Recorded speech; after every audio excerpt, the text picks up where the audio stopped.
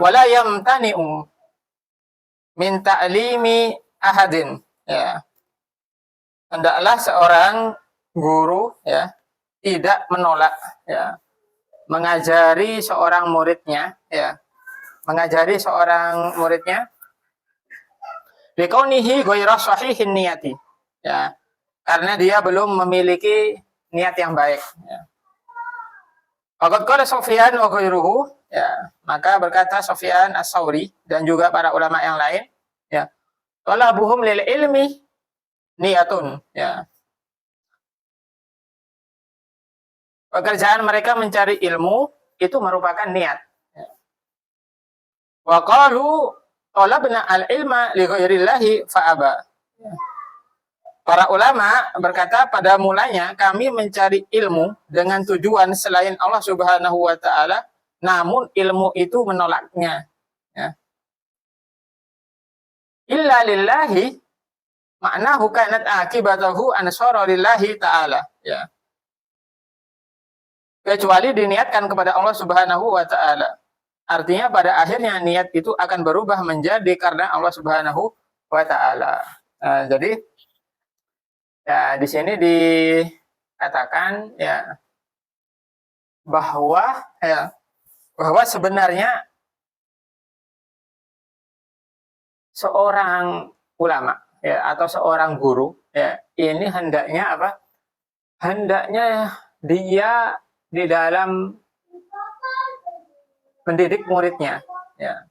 Yang kemarin yang kita bahas, ya, mengenai tentang bagaimana ketika niat, ya, seseorang di dalam belajar, khususnya belajar Al-Quran, ya, kemudian juga mengaji, ya, belajar ilmu Al-Quran, ya, menghafal Al-Quran dan lain sebagainya, itu diniatkan untuk Allah Subhanahu wa taala.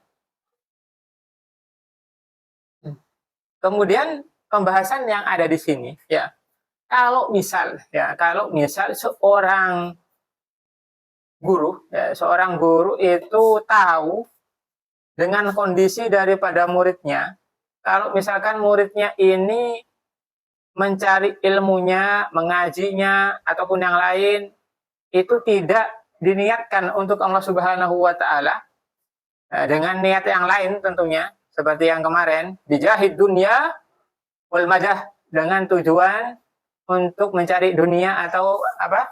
Atau untuk ingin dipuji, ya. Kalau memang guru, ustadznya ini tahu kondisi muridnya itu seperti itu, mereka mencari ilmu itu tanpa didasari dengan niat Allah Subhanahu wa taala, maka apa?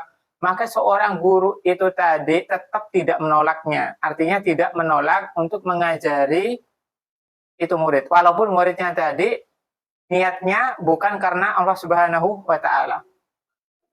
Kenapa? Karena memang pada dasarnya seorang manusia itu naluriah sifat kemanusiaan itu memang ingin dipuji dan juga ingin dilihat oleh orang lain, dan itu lumrah, gitu. Kemudian bagaimana seorang guru, seorang mursyid, ya, seorang ustadz tetap dia menerima muridnya tersebut walaupun misalkan muridnya itu niatnya tidak baik. Misalkan ada seseorang daftar ngaji Al-Quran, ya, atau dia belajar tertentu, menghafal Al-Quran dan lain sebagainya, belajar ilmu tertentu. Kemudian si guru tahu kalau misalkan dia ini belajar niatnya untuk apa? Niatnya ini ingin dipuji orang, bukan niat untuk Allah Subhanahu wa taala. Gurunya tahu. Maka bagaimana sikap daripada seorang guru tadi? Tetap menerima murid tersebut dan diajari. Kemudian tugas daripada guru, ya, tugas daripada seorang guru apa? Membimbing, ya, membimbing muridnya tersebut setiap hari ketika dia mengajari ilmu kepada muridnya. Mungkin ketika mengaji, misal ketika dia setoran hafalan atau mengaji ataupun yang lain, diselingi dengan apa? Diselingi dengan nasihat-nasihat mengenai hati. Nasihat-nasihat kepada muridnya agar apa? Agar niat ibadah, niat mengaji untuk Allah Subhanahu wa Ta'ala. Setiap hari dinasihati, setiap pertemuan belajar dinasihati, setiap pertemuan belajar diberikan keterangan keutamaan tentang fadilah, keutamaan daripada niat solehah, niat yang baik. Itu adalah tugas daripada seorang guru. Ya. Bagaimana ya ketika Al-Imam Asy-Syafi'i ya di dalam sebuah syairnya ya dalam Ad-Diwan Asy-Syafi'i ya dikatakan bahwa apa? Syakautu ila waqi an su'i hifdzi ya fa arsyadani ila tarkil ma'asi ya. Sebuah syair yang indah daripada Al-Imam Asy-Syafi'i ya. Salah satu mazhab terbesar daripada 4 mazhab dalam Islam ya, dalam syairnya mengatakan apa? Syakautu ila waqi an su'i hifdzi fa arsyadani ila tarkil ma'asi ya. Al-Imam Asy-Syafi'i berkata apa? Aku mengadu kepada guruku Al-Waqi tentang buruknya hafalanku ya. Kemudian apa? Fa arsyadani ila tarkil ma'asi. Kemudian guruku Waqi tersebut memberikan petunjuk kepada aku untuk meninggalkan maksiat. Nah, bagaimana ini? Seorang Al-Imam Asy-Syafi'i ya, sebagai manusia biasa mungkin tidak luput daripada dosa.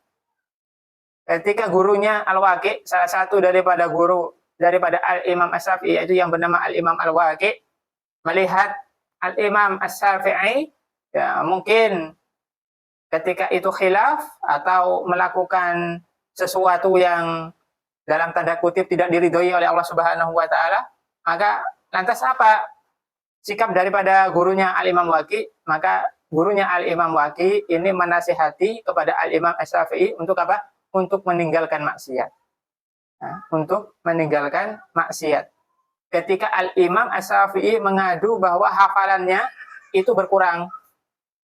Kita tahu bahwa Al-Imam Asy-Syafi'i sejak umur 7 sudah hafal Al-Quran, sudah hafid Al-Quran.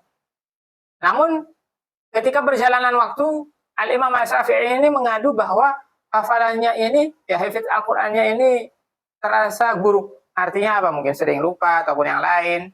Ya, maka apa? Maka gurunya Al-Imam Al-Waqi memberikan petunjuk, memberikan nasihat kepada Al-Imam Asy-Syafi'i untuk apa? Untuk menjauhi maksiat, supaya hafalannya kembali kuat. Nah, seperti itu. Lah, itulah tugas daripada seorang guru. Kalau misalkan melihat muridnya itu misalkan melenceng niatnya ataupun melakukan hal-hal yang tidak diridhoi oleh Allah Subhanahu wa Ta'ala, bukan lantas apa? Bukan lantas tidak menerima murid tersebut ataupun tidak lagi mengajar murid tersebut. Tetapi seorang guru harus apa? Menjadi guru yang bijak. Tetap menemani seorang muridnya, tetap memberikan petunjuk, tetap menasehati. Nah, maka apa?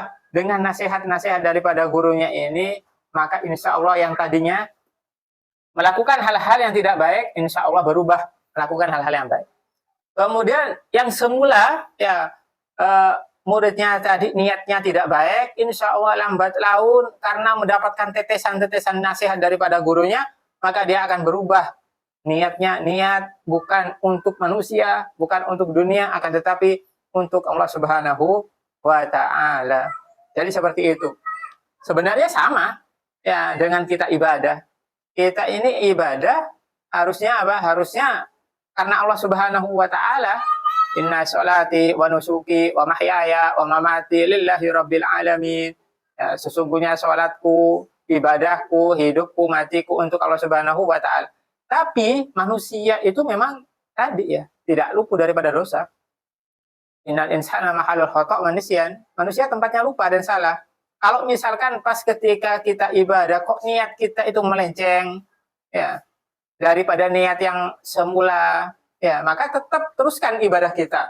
Ya, sembari apa? Sembari meluruskan kembali niat yang semula melenceng untuk kembali niatnya kepada Allah Subhanahu wa Ta'ala. Jadi jangan kita ini tidak melakukan ibadah kalau misalkan wah ini saya niatnya nggak baik maka saya nggak ibadah. Tetap ibadah, lanjut ibadah sembari apa?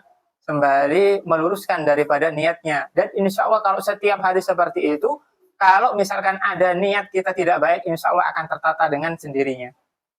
Yang semula niatnya mengaji, niat mencari ilmu nggak baik, karena setiap hari kita latih menata niat kita, maka insya Allah dengan sendirinya niat itu akan berubah dengan niat yang baik.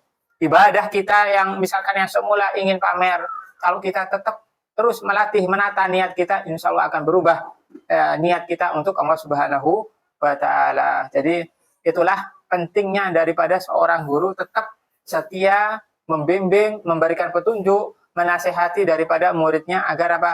Agar kembali ke dalam niat untuk Allah Subhanahu wa Ta'ala. Jadi